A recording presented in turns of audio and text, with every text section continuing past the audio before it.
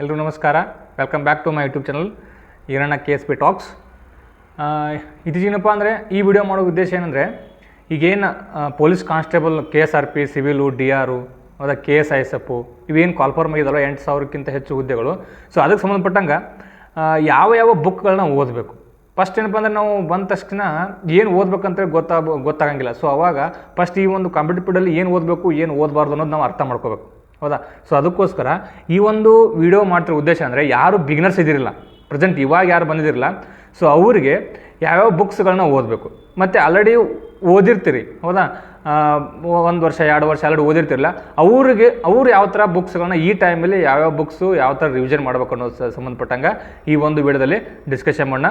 ಯಾರು ಸ್ಕಿಪ್ ಮಾಡೋಕೆ ಹೋಗ್ಬೇಡ್ರಿ. ಈ ಒಂದು ವಿಡಿಯೋ ಸಂಬಂಧಪಟ್ಟಂಗೆ ನೀವು ಯಾಕೆ ನೋಡ್ಬೇಕು ಅಂದರೆ, ಯಾವ ಬುಕ್ಸ್ಗಳನ್ನ ಓದಬೇಕು ಅನ್ನೋದು ನಿಮ್ಗೆ ಐಡಿಯಾ ಗೊತ್ತಾಗುತ್ತೆ. ಇನ್ನೊಂದು ಏನು ಹೇಳ್ತೀನಪ್ಪ ಅಂದರೆ, ಈ ಒಂದು ಕಾಂಪಿಟೇಟಿವ್ ಫೀಲ್ಡಲ್ಲಿ ನೀವು ಆಲ್ರೆಡಿ ಯಾವುದೊಂದು ಬುಕ್ಕನ್ನು ಓದ್ತಾ ಇರ್ತೀರಿ ಹೌದಾ, ಆಲ್ರೆಡಿ ಯಾವುದೊಂದು ಬುಕ್ಕನ್ನು ಓದ್ತಾ ಇರ್ತೀರಿ. ಸೊ ಇವತ್ತು ನಾನು ಹೇಳ್ತೀನಿ, ಹೌದಾ, ಇನ್ನೊಂದು ದಿನ ಬಂದು ಇನ್ನೊಬ್ರು ಯಾರು ಬೇರೆ ಇನ್ನೊಂದು ಯಾವುದೋ ಬುಕ್ ಹೆಸರು ಹೇಳ್ತಾರೆ, ಹೌದಾ, ನೆಕ್ಸ್ಟ್ ದಿನ ಬಂದು ಮತ್ತೊಬ್ರು ಯಾರು ಬೇರೆ ಬುಕ್ ಹೇಳ್ತಾರೆ. ಸೊ ಹಂಗೆ ಎಲ್ಲರೂ ಬೇರೆ ಬುಕ್ಕನ್ನು ಓದಿರ್ತಾರೆ. ಸೊ ಅವುಗಳನ್ನ ನೀವು ಎಲ್ಲವನ್ನೂ ಬುಕ್ಗಳನ್ನ ಕಲೆಕ್ಟ್ ಮಾಡ್ಕೊಳಿಕ್ಕೆ ಹೋಗ್ಬೇಡ್ರಿ. ಹೌದಾ, ಆ ಎಲ್ಲದರಲ್ಲಿ ಯಾವುದು ನಿಮಗೆ ಕಂಫರ್ಟ್ ಅನಿಸುತ್ತಿಲ್ಲ, ಸೊ ಯಾವುದಾದ್ರು ಒಂದು ಬುಕ್ಕನ್ನು ಪರ್ಚೇಸ್ ಮಾಡಿ ಅದನ್ನೇನಪ್ಪ ಅಂದರೆ ಮಲ್ಟಿಪಲ್ ರೀಡಿಂಗನ್ನು ಮಾಡಬೇಕು. ಸುಮ್ಮನೆ ಇವತ್ತೊಂದು ದಿನ ನಾನು ಹೇಳ್ತೀನಿ, ನಾಳೆ ಇನ್ನೊಬ್ಬರು ಒಂದು ಬೇರೆ ಇನ್ನೊಂದು ಯಾವುದೋ ಹೇಳ್ತಾರೆ. ಸೊ ಎಲ್ಲರೊಂದು ಬೇರೆ ಹೇಳಿದಾಗ ನೀವು ಎಲ್ಲರನ್ನ ಕಲೆಕ್ಟ್ ಮಾಡ್ಕೊಂಡು ಎಲ್ಲರೂ ಓದೋಕೆ ಆಗಂಗಿಲ್ಲ. ಸೊ ಅದಕ್ಕೋಸ್ಕರ ನೀವು ಆಲ್ರೆಡಿ ಓದ್ತಾ ಇದ್ದರೆ ವೆಲ್ ಆ್ಯಂಡ್ ಗುಡ್, ಅದನ್ನೇ ಏನಪ್ಪ ಅಂದರೆ ರಿವಿಷನ್ ಮಾಡಿರಿ, ಮಲ್ಟಿಪಲ್ ರಿವಿಷನ್ ಮಾಡಿರಿ. ಸೊ ಇನ್ನೂ ಯಾರು ಇವಾಗ ಫಸ್ಟ್ ಬಿಗಿನರ್ಸ್ ಇದ್ರಿ, ಈ ವರ್ಷ ಯಾರ್ದು SSLC PUC ಮುಗಿದ ತಕ್ಷಣ, ಡಿಗ್ರಿ ಮುಗಿದ ತಕ್ಷಣ ಯಾರು ಕಾಂಪಿಟೇಟಿವ್ ಬಂದಿದ್ರೆ ಅವರಿಗೆ ಒಳ್ಳೆಯ ಅವಕಾಶ ಇದು ಪೊಲೀಸ್ ಕಾನ್ಸ್ಟೇಬಲ್ ಆಗಲಿಕ್ಕೆ. ಸೊ ಅಂಥವ್ರಿಗೆ ಕೆಲವೊಂದು ಬುಕ್ ಲಿಸ್ಟ್ ನನ್ನ ಗುರುಗಳು, ನಾನು ಓದ್ಬೇಕಾದ್ರೆ ನಮ್ಮ ಟೀಚರ್ಸು, ನಾನು ಕೋಚಿಂಗ್ ಇನ್ಸ್ಟಿಟ್ಯೂಟಲ್ಲಿ, ಹೌದಾ, ಮತ್ತೇನಪ್ಪ ಅಂದರೆ ನಾನು ಓದ್ಬೇಕಾದ್ರೆ ನನಗೆ ಸೀನಿಯರ್ಸ್ ನನಗೆ ಹೇಳ್ಕೊಟ್ಟಿರ್ತಕ್ಕಂಥ ಕೆಲವೊಂದಿಷ್ಟು ಬುಕ್ಸ್ಗಳ ಎಲ್ಲರೂ ಕಾಮನ್ ಆಗಿ ಹೇಳಿರ್ತಕ್ಕಂಥ ಬುಕ್ಸ್ಗಳನ್ನ ಒಂದು ಲಿಸ್ಟ್ ಮಾಡಿ ಆ ಲಿಸ್ಟನ್ನು ಹೇಳ್ತಾ ಇದ್ದೀನಿ. ಸೊ ಅವುಗಳನ್ನ ಏನಪ್ಪ ಅಂದರೆ ನೀವು ಫಾಲೋ ಮಾಡಿ. ಹೌದಾ, ಫಸ್ಟ್ ಆ್ಯಂಡ್ ಫಾರ್ಮೋಸ್ಟ್ ಥಿಂಗ್ಸ್ ಏನಪ್ಪ ಅಂದರೆ, ಯಾರು ಬಿಗಿನರ್ಸ್ ಇದಿರಲ್ಲ ಅವರು ಫಸ್ಟ್ ಏನು ಮಾಡಪ್ಪ ಅಂದರೆ ಈ ಸ್ಕೂಲ್ ಬುಕ್ಸ್ ಬರ್ತವೆ. ಹೌದಾ, ಸ್ಕೂಲ್ ಬುಕ್ಸು ಅದರಲ್ಲಿ 6 to 12th ಅಂದರೆ 6ನೇ ತರಗತಿಯಿಂದ 12ನೇ ತರಗತಿವರೆಗೂ ಅವೇನು ಸೈನ್ಸ್ ಬುಕ್ಸ್ ಅದಲ್ಲ, ಅಂದರೆ ಅವು ಸೈನ್ಸ್ ಬುಕ್ಸನ್ನು 1 ಅಥವಾ 2 ಮ್ಯಾಕ್ಸಿಮಮ್ 3 ಬಾರಿ ಏನಪ್ಪ ಅಂದರೆ ಅವನ್ನ ಓದ್ಕೊಡ್ರಿ. ಹೌದಾ, 1ರಿಂದ 3 ಬಾರಿ ಅಂದರೆ ರಿವಿಷನ್ ಓದ್ರಿ. ಹೌದಾ, ಮಲ್ಟಿಪಲ್ ರೀಡಿಂಗನ್ನು ಮಾಡಿರಿ. ಯಾವುದು 6 to 12 ಸೈನ್ಸ್ ಬುಕ್ಸ್. ಅದಾದಮೇಲೆ ಏನಪ್ಪ ಅಂದರೆ 6 to 10th ಸೋಷಿಯಲ್ ಸೈನ್ಸ್, ಸಮಾಜ ವಿಜ್ಞಾನ ಬುಕ್ಸ್ ಬರ್ತಾವ್ರಿ. ಹೌದಾ, ಗೌರ್ಮೆಂಟ್ ಸ್ಕೂಲಲ್ಲಿ ಓದೋಕೆ ನಿಮ್ಗೆ DSRTC ಅಂತ ಕರೀತಾರೆ. ಸೊ ಅವುಗಳಿಗೆ ಸಂಬಂಧಪಟ್ಟಂಗೆ ಅವುಗಳನ್ನ ಓದ್ರಿ. ಯಾವುದು 6 to 10th ಮಲ್ಟಿಪಲ್ ಮಿನಿಮಮ್ 3 ಬಾರಿ ಅವನ್ನ ಓದಿ ರಿವಿಷನ್ ಮಾಡಿಕೊಡ್ರಿ. 2 ಆಯ್ತು. ಇನ್ನೇನು ಗೊತ್ತಾ, ಇವನು ಓದಿದ ಮೇಲೆ ಇವನು ರಿವಿಷನ್ ಮಾಡಿದ್ರೆ ಈ ಒಂದು ಬೇಸಿಕ್ ನೀವು ಫಾರ್ಮೇಷನ್ ಮಾಡ್ತಾವೆ. ಅದರ ಒಂದು ಫೌಂಡೇಶನ್ ನೀವು ಫಿಕ್ಸ್ ಮಾಡ್ಕೊಂಡಂಗೆ. ಯಾಕೆ ಇವನು ಓದಬೇಕಪ್ಪ ಅಂದರೆ, ಮುಂದೆ ಆಥರ್ಸ್ ಬುಕ್ಗಳು ಓದುವಾಗ ನಿಮ್ಗೆ ಬೇಗ ಅಂಡರ್ಸ್ಟ್ಯಾಂಡ್ ಆಗ್ತಾವೆ ಆಥರ್ ಬುಕ್ಸ್. ಹೌದಾ, ನೀವು ಫಸ್ಟ್ ಬಿಗಿನಿಂಗ್ ನಿಮ್ಗೆ ಏನು ಕಾಂಪಿಟೇಟಿವ್ ಬಗ್ಗೆ ಗೊತ್ತೇ ಇಲ್ಲ, ರಾಷ್ಟ್ರಪತಿ ಅಂದ್ರೆ ಗೊತ್ತಿಲ್ಲ, ಗವರ್ನರ್ ಅಂದ್ರೆ ಗೊತ್ತಿಲ್ಲ, ಅವಾಗ ಬಂದ ತಕ್ಷಣ ಸಡನ್ ಆಗಿ ನೀವೇನಪ್ಪ ಅಂದರೆ ಆಥರ್ ಬುಕ್ಸ್ ಹಿಡ್ಕೊಂಡು ಕೂತ್ರೆ ನಿಮಗೆ ಅಂಡರ್ಸ್ಟ್ಯಾಂಡ್ ಆಗಂಗಿಲ್ಲ. ಸೊ ಅದಕ್ಕೋಸ್ಕರ ಮೊದಲು ಏನು ಮಾಡ್ರಪ್ಪ ಅಂದರೆ, ಈ ಸೋಷಿಯಲ್ ಸೈನ್ಸು ಮತ್ತು ಸೈನ್ಸು ಅಂದರೆ ವಿಜ್ಞಾನ ಮತ್ತು ಸಮಾಜ ವಿಜ್ಞಾನ ಬುಕ್ಸ್ ಏನಿದಾವಲ್ಲ ಬೇಸಿಕ್ಸು, ಅವುಗಳನ್ನ ಓದ್ಕೊಡ್ರಿ. ಅವೊಂದು 3 ಬಾರಿ ಓದಿದಾದ್ಮೇಲೆ ಏನು ಮಾಡ್ಬೇಕಪ್ಪ ಅಂದರೆ, ಅವಾಗ ಆಥರ್ಸ್ ಬುಕ್ಸ್ಗಳನ್ನ ಓದಬೇಕು. ಅದ್ರ ಮೇಲೆ ಅಷ್ಟೇ ನಾವು ಎಕ್ಸಾಮ್ ಹಾಕಿನಂದರೆ ಆಗಂಗಿಲ್ಲ. ಹೌದಾ, ಎಸ್ಪೆಷಲಿ KE ಎಕ್ಸಾಮ್ ಏನಾದರೂ ಕಂಡಕ್ಟ್ ಮಾಡಿದ್ರೆ PC ಪೊಲೀಸ್ ಕಾನ್ಸ್ಟೇಬಲು, ಅವನು ಸೈನ್ಸ್ ಕೇಳೋದೆಲ್ಲ ಏನಪ್ಪ ಅಂದರೆ ಓನ್ಲಿ ಈ ಗೌರ್ಮೆಂಟ್ ಬುಕ್ಸ್ಗಳಿಂದ ಮಾತ್ರ. ಜಾಸ್ತಿ ಸೈನ್ಸ್ ಕ್ವಶನ್ಸ್ ಇರ್ತವೆ. ಹೌದಾ, ಅಲ್ಲಿ ಕರ್ನಾಟಕ ಹಿಸ್ಟ್ರಿ ಜಾಸ್ತಿ ಕ್ವಶನ್ ಕೇಳ್ತಾನೆ. ಈ ಹಿಸ್ಟ್ರಿ ಸಂಬಂಧಪಟ್ಟಂಗೆ ಅದು ಸೋಷಿಯಲ್ ಬುಕ್ಸಲ್ಲಿ ಆಲ್ಮೋಸ್ಟ್ ಕವರ್ ಆಗ್ಯದ. ಹೌದಾ, ಅಷ್ಟು ಮಿನಿಮಮ್ ಫೌಂಡೇಶನ್ ಸ್ಟ್ರಾಂಗ್ ಆಗ್ಬೇಕಂದ್ರೆ ಅಷ್ಟು ಓದಬೇಕು. ಒಂದಾಯ್ತು. ಇನ್ನು ಇದೆಲ್ಲ ಸರ್ ನಮ್ದೆಲ್ಲ ಮುಗಿದಿದೆ. ಹೌದಾ, ಇವನ್ನೆಲ್ಲ ನಾನು ಮುಗಿಸಿದ್ದೀನಿ. ಇನ್ನು ನೆಕ್ಸ್ಟ್ ಏನು ಓದಬೇಕು, ಯಾವ ಬುಕ್ಸ್ಗಳನ್ನ ಓದಪ್ಪ ಅಂದರೆ, ನೀವು ಕಂಪಲ್ಸರಿ ಆಥರ್ಸ್ ಬುಕ್ಸ್ಗಳನ್ನ ಓದಬೇಕು. ಯಾಕೆ ಆಥರ್ಸ್ ಬುಕ್ಸ್ ಓದಬೇಕಪ್ಪ ಅಂದರೆ, ಇತ್ತೀಚೆಗೆ ಬರ್ತಕ್ಕಂಥ ಎಕ್ಸಾಮ್ಗಳು ಕಾಂಪಿಟೇಷನ್ ಜಾಸ್ತಿ ಆಗಿರೋದು ಏನು ಮಾಡ್ತಾರಪ್ಪ ಅಂದರೆ, ಕ್ವಶನ್ ಲೆವೆಲನ್ನು ಟಫ್ನೆಸ್ ಜಾಸ್ತಿ ಮಾಡಕತ್ತಾರೆ. ಹೌದಾ, ಏನು ಸಿಂಗಲ್ ಲೈನ್ ಇಲ್ಲ, ಅದು ಸ್ಟೇಟ್ಮೆಂಟ್ ಬೇಸ್ ಕ್ವಶನ್ ಬರ್ತಾವೆ. ಸೊ ಅದಕ್ಕೋಸ್ಕರ ಅವಾಗ ಹೆಲ್ಪ್ ಮಾಡ್ತಾವಪ್ಪ ಅಂದರೆ ನಿಮ್ಗೆ ಈ ಆಥರ್ಸ್ ಬುಕ್ಸ್ಗಳು ಹೆಲ್ಪ್ ಮಾಡ್ತಾವೆ. ಸೊ ಹಾಗಾದರೆ ನಾವು ಫಸ್ಟ್ ಏನಪ್ಪ ಅಂದರೆ ಪೊಲಿಟಿ, ಭಾರತದ ಸಂವಿಧಾನಕ್ಕೆ ಸಂಬಂಧಪಟ್ಟ ಏನಪ್ಪ ಅಂದರೆ PS ಗಂಗಾಧರ್ ಸರ್ ಬುಕ್ ಅದ, ಭಾರಿ ಇಂಪಾರ್ಟೆಂಟ್, ಎಲ್ಲರೂ ಅದನ್ನ ಹೇಳ್ತಾರೆ. ಸೊ ಅದನ್ನು ಕಂಪಲ್ಸರಿ ಓದಬೇಕು ಎಲ್ಲರೂ. ಅದಾದಮೇಲೆ ನೆಕ್ಸ್ಟ್ ಎಕನಾಮಿಕ್ಸ್, ಅರ್ಥಶಾಸ್ತ್ರಕ್ಕೆ ಯಾವುದಪ್ಪ ಅಂದರೆ ಈ ಯಾವುದು ಧರಣಿ ಕೃಷ್ಣಮೂರ್ತಿ ಸರ್ದೈತಿ. ಅದು ಧರಣಿ ಕೃಷ್ಣಮೂರ್ತಿ, ನಾನು ಕನ್ನಡ ಮೀಡಿಯಮ್ ಓದೋರಿಗೆ ಮಾತ್ರ ಹೇಳ್ತಾ ಇದ್ದೀನಿ. ಧರಣಿ ಕೃಷ್ಣಮೂರ್ತಿ ಸರ್ ಅದ. ಸೊ ಅದು ಭಾರಿ ಇಂಪಾರ್ಟೆಂಟ್, ಅದನ್ನು ಓದ್ಕೊಡ್ರಿ. ಈ ನೆಕ್ಸ್ಟು ಈ ಜಿಯೋಗ್ರಫಿ, ಭೂಗೋಳಶಾಸ್ತ್ರ ಸಂಬಂಧಪಟ್ಟಂಗೆ ಯಾವುದಪ್ಪ ಅಂದರೆ ಈ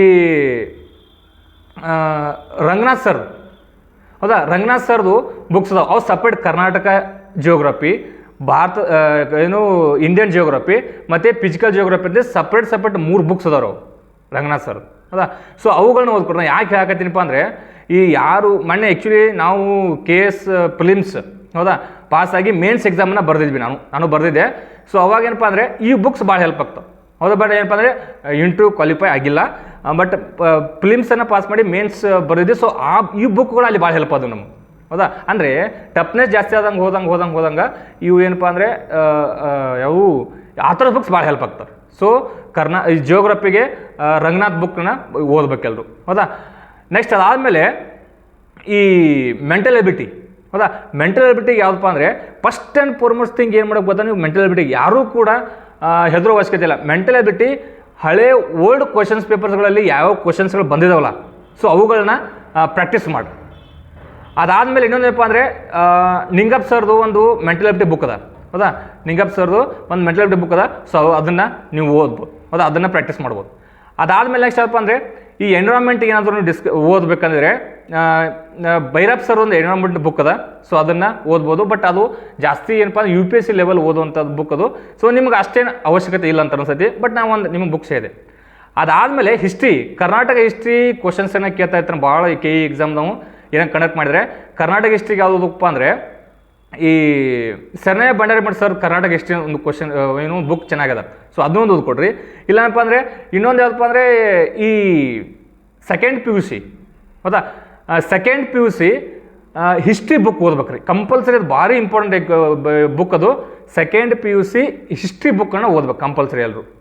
ಅದಾದಮೇಲೆ ಜಿಯೋಗ್ರಫಿಗೆ ಇದಾಗ ಏನಿಲ್ಲ ಆ ಥರ ಬುಕ್ಸ್ ಅದು. ಬಟ್ ಏನು ಗೌರ್ಮೆಂಟ್ ಬುಕ್ಸ್ ಯಾವುದಪ್ಪ ಅಂದರೆ geography first year geography book ಓದ್ಬೇಕು, ಹೌದಾ. First year geography question book ಭಾಳ ಇಂಪಾರ್ಟೆಂಟ್. ಫಸ್ಟ್ ಇಯರ್ ಜಿಯೋಗ್ರಫಿ ಮತ್ತು ಸೆಕೆಂಡ್ ಇಯರ್ ಹಿಸ್ಟ್ರಿ ಬುಕ್ ಇವು ಕಂಪಲ್ಸರಿ ಒಂದು 3 ರಿಂದ 4 ಬಾರಿ ನೀವು ಏನು ಮಾಡ್ಬೇಕು ಅಂದರೆ ರಿವಿಷನ್ ಮಾಡ್ಬೇಕು ರೀ, ಹೌದಾ. Important question. ಅದಾದಮೇಲೆ ಇನ್ನೊಂದು ಯಾವುದಪ್ಪ ಅಂದರೆ ಇದಕ್ಕೆ ಸಂಬಂಧಪಟ್ಟ ಯಾವುದು ವಿಜ್ಞಾನಕ್ಕೆ ಸಂಬಂಧಪಟ್ಟಂಗೆ ನೀವೇನು ಆ ಥರ ಬುಕ್ಸ್ ಓದೋದಾದರೆ ಈ ನಿತ್ಯ ಜೀವನದಲ್ಲಿ ವಿಜ್ಞಾನ ಅಂತೇಳಿ KM ಸುರೇಶ್ ಸರ್ದ ಐತಿ, KM ಸುರೇಶ್ ಸರ್ದ ಅದನ್ನು ಕೂಡ ಓದ್ಬೋದು ನೀವು. ಮತ್ತು ವಿಜ್ಞಾನ ಮತ್ತು ತಂತ್ರಜ್ಞಾನ ಅಂತ KM ಸುರೇಶ್ ಸರ್ದ ಐತಿ, ಬಟ್ ಅದು ಭಾಳ ಡೀಪ್ ಅದದು, ಹೊಸ ಅದನ್ನು ನೀವು ಓದ್ಬೋದು. ಸಿಂಪಲ್ಲಾಗಿ PC ಸಂಬಂಧಪಟ್ಟ ನಿತ್ಯ ಜೀವನದಲ್ಲಿ ವಿಜ್ಞಾನ ಏನೈತಿಲ್ಲ, ಸೊ ಅದು ನಿಮಗೆ ಭಾರಿ ಹೆಲ್ಪ್ ಮಾಡತ್ತೆ, ಅದನ್ನು ಓದ್ರಿ, ಹೌದಾ. ಅದಾದಮೇಲೆ ಯಾವುದಪ್ಪ ಅಂದರೆ ಈ ಕರೆಂಟ್ ಅಫೇರ್ಸ್ ಮೇನ್ ನಮಗೆ ಹೆಡ್ಡೇಕ್ ಆಗಿರೋದು ಯಾವುದಪ್ಪ ಅಂದರೆ ಈ ಕರೆಂಟ್ ಅಫೇರ್ಸ್ ಸಂಬಂಧಪಟ್ಟಂಗೆ. ಈ ಕರೆಂಟ್ ಅಫೇರ್ಸ್ ಏನು ಓದೋಕ್ಕಪ್ಪ ಅಂದರೆ ದಿನಾಲು ಈ ಪೇಪರ್ಸ್ಗಳನ್ನ ನೀವು ಓದೋಕ್ಕೆ ಟೈಮ್ ಕಿಲ್ ಆಗ್ತದಲ್ಲ. ಸೊ ಅವಾಗ ನಿಮ್ಗೆ ಓದೋಕೆ ಆಗಲಿಲ್ಲ ಅಂದರೆ ಪೇಪರ್ಸು ಅಟ್ಲೀಸ್ಟ್ ದಿನಾಲು ಈ Telegram gateway to IAS and KS ಅಂತ ಒಂದು ಟೆಲಿಗ್ರಾಮ್ ಗ್ರೂಪ್ ಅದ, ಹೌದಾ. ಅವರು ಎಷ್ಟು ಚೆನ್ನಾಗಿರಪ್ಪ ಅಂದರೆ ಎಲ್ಲ ಒಂದು 7 ರಿಂದ 8 ಒಂದು ಮಿನಿಮಮ್ ಒಂದು 10 ಪೇಪರ್ದು ಏನಪ್ಪ ಅಂದರೆ ನಮ್ಗೆ ಎಷ್ಟು ಬೇಕಲ್ಲ ಅಷ್ಟು ಪೇಪರ್ ಕಟ್ಟಿಂಗ್ಸನ್ನು ಹಾಕ್ತಾರೆ ಅವ್ರು ಸರ್. ಸೊ ಅವುಗಳನ್ನ ಓದಿ ಹಂಗೆ ಬಿಡಬಾರ್ದ್ರಿ. ಇಂಪಾರ್ಟೆಂಟ್ ಪಾಯಿಂಟ್ಸನ್ನು ನೋಟ್ಸ್ ಮಾಡ್ಕೋಬೇಕು ನೀವು. ಇಂಪಾರ್ಟೆಂಟ್ ಪಾಯಿಂಟ್ಸ್ ನೋಟ್ಸ್ ಮಾಡ್ಕೊಂಡ್ರೆ ಅದು ನಿಮಗೆ ಭಾಳ ಹೆಲ್ಪ್ ಆಗುತ್ತೆ. ಇದು ಒಂದು ದಿನಾಲು ಮಾಡ್ಬೇಕು ಇದನ್ನ ಪ್ರೊಸೀಜರ್, ಯಾವತ್ತೂ ಒಂದು ದಿನ ಅಲ್ಲ.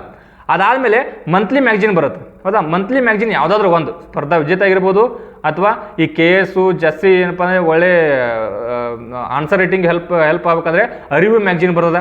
ಸೊ ಅವುಗಳಲ್ಲಿ ಯಾವುದಾದ್ರೂ ಒಂದನ್ನು ನೀವು ಓದಬೇಕು, ಹೌದಾ. ಕರೆಂಟ್ ಅಫೇರ್ಸ್ ದಿನಾಲು ನ್ಯೂಸ್ ಪೇಪರ್ ಕಟ್ಟಿಂಗ್ಸ್ ಓದಬೇಕು.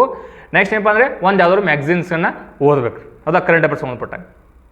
ನೆಕ್ಸ್ಟ್ ಅದಾದಮೇಲೆ ಏನಪ್ಪ ಅಂದರೆ ಈ ಕಂಪ್ಯೂಟರ್ ಸಂಬಂಧಪಟ್ಟಾಗ ಈ ಕಂಪ್ಯೂಟರ್ ಕೆಲವೊಂದು 1-2 ಕ್ವಶನ್ಸ್ ಇರ್ತಾವೆ ರೀ.